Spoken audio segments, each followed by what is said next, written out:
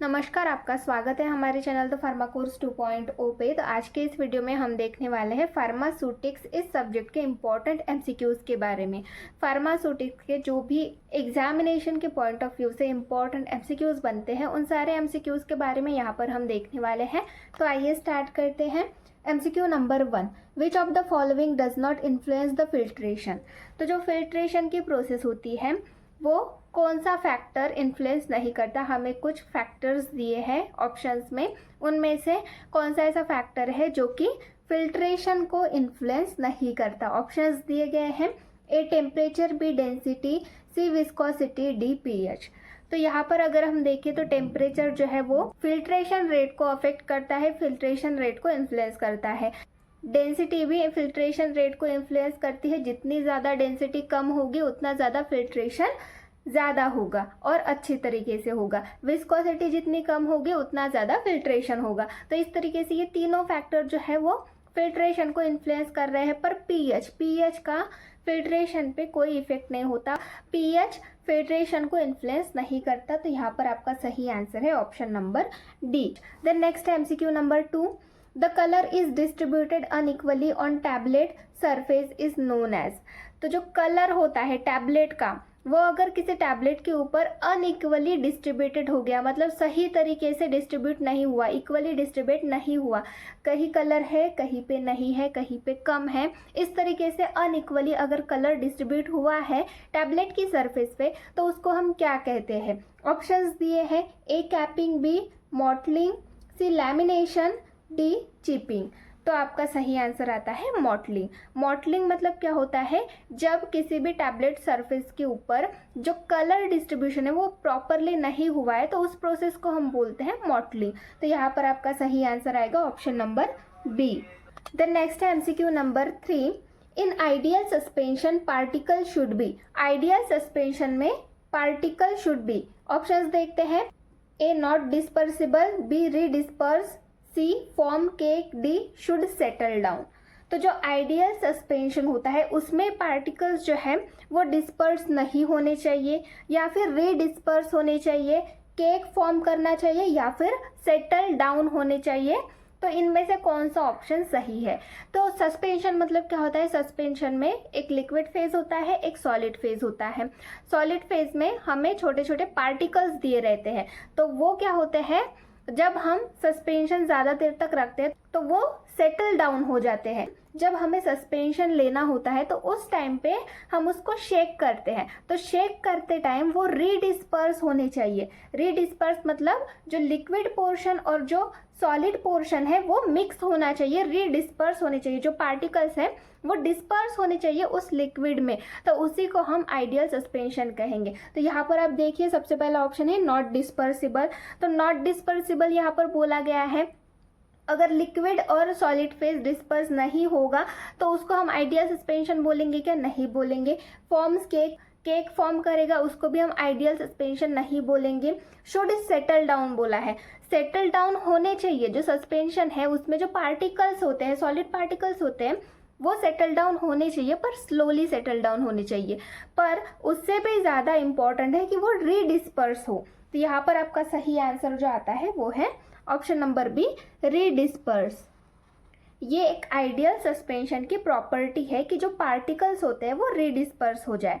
Then next है MCQ number 4, syrup contain. Options दिए गए हैं, सिरप में क्या होता है ये यहाँ पर हमें पूछा गया है। ऑप्शंस देख लेते हैं, A 66.7% weight by weight glycerol, B 66.7% weight by weight sucrose, C 50% mannitol, D alcohol.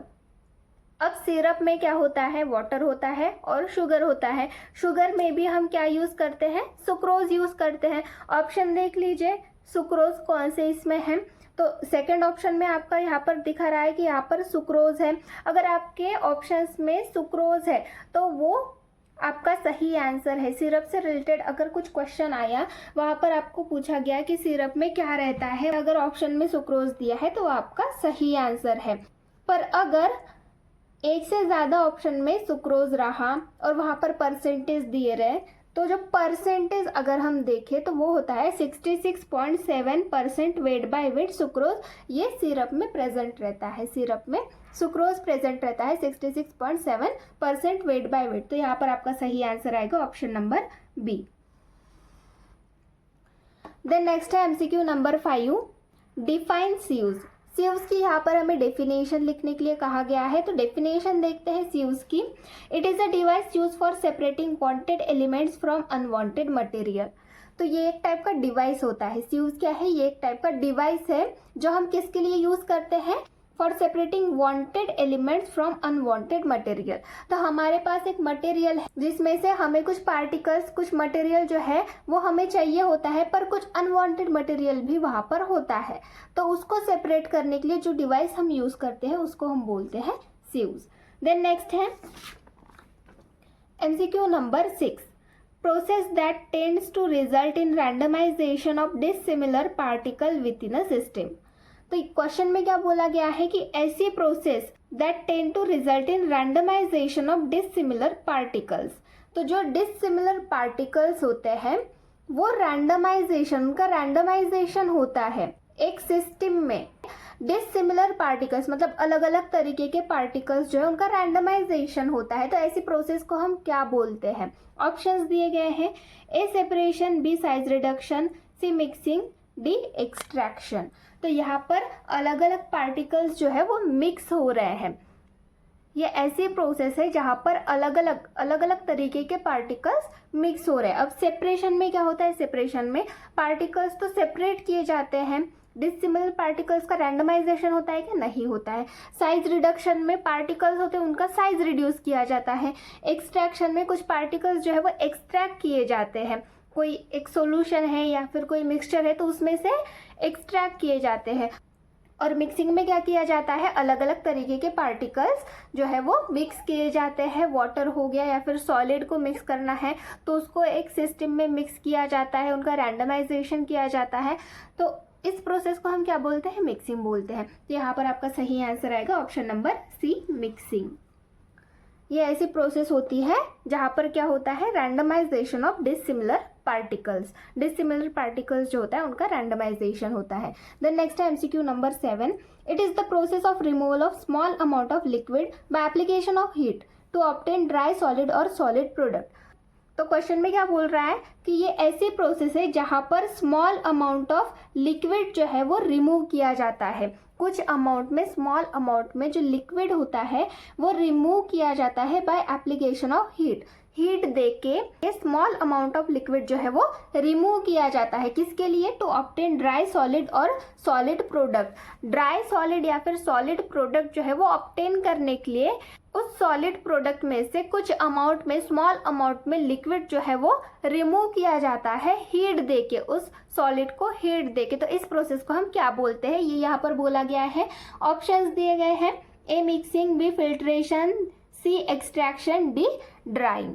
तो मिक्सिंग में हम तो प्रोडक्ट मिक्स करते हैं, चाहे इसमें वाटर हो या फिर सॉलिड पार्टिकल्स हो, एक दूसरे में मिक्स करते हैं। देन नेक्स्ट है फिल्ट्रेशन। फिल्ट्रेशन में हम फिल्टर करते हैं, कोई भी सॉल्यूशन हो गया तो उसको फिल्टर करते हैं। तो फिल्ट्रेशन में यहाँ पर हीट का कोई काम ही नहीं है। एक्सट्रैक्शन में भी हीट के एप्लीकेशन के थ्रू लिक्विड को रिमूव नहीं किया जाता। देन नेक्स्ट है ड्राइंग।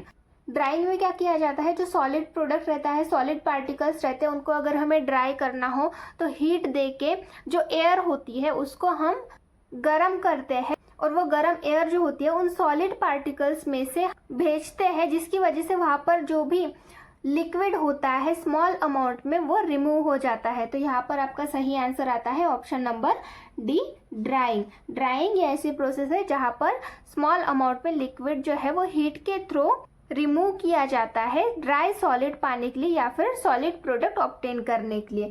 देन नेक्स्ट है MCQ number 8, define mark. Mark की यहाँ पर हमें डेफिनेशन पूछी गई है तो वो देखते हैं।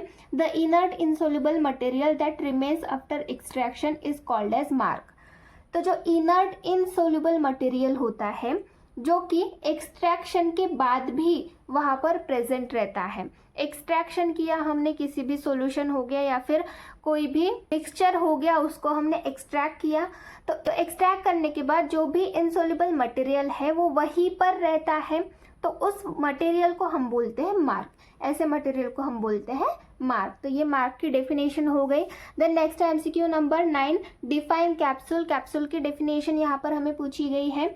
Capsule can be defined as solid dosage form in which the drug substance is enclosed in either a hard or soft soluble shell of gelatin or other suitable material। तो क्वेश्चन में क्या बोला गया है, हमें कैप्सूल के definition लिखने के लिए कहा गया है।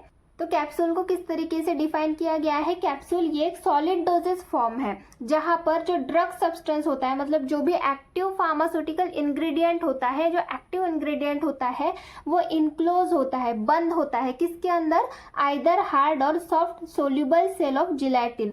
जो जिलेटिन का सोल्यूबल शेल होता है, चाहे वो हार्ड हो या फिर सॉफ्ट हो, सॉफ्ट या फिर हार्ड दो तरीके के शेल्स होते हैं जिलेटिन के और वो सोल्यूबल होते हैं। तो ऐसे शेल्स में जो ड्रग सब्सटेंस होता है उसको इनक्लोज करते हैं, या फिर कोई अदर सुटेबल मटेरियल हो गया उसके अंदर जो ड्रग सब्सटेंस है वो इनक्लोज करते हैं। तो ऐसा जो सॉलिड डोजेज फॉर्म होता है उसको हम कैप्सूल बोलते हैं। देन नेक्स्ट है MCQ नंबर 10, डिफाइन एलिक्सियर्स। तो एलिक्सियर्स की यहाँ पर हमें डेफिनेशन पूछी गई है, तो वो देखते हैं।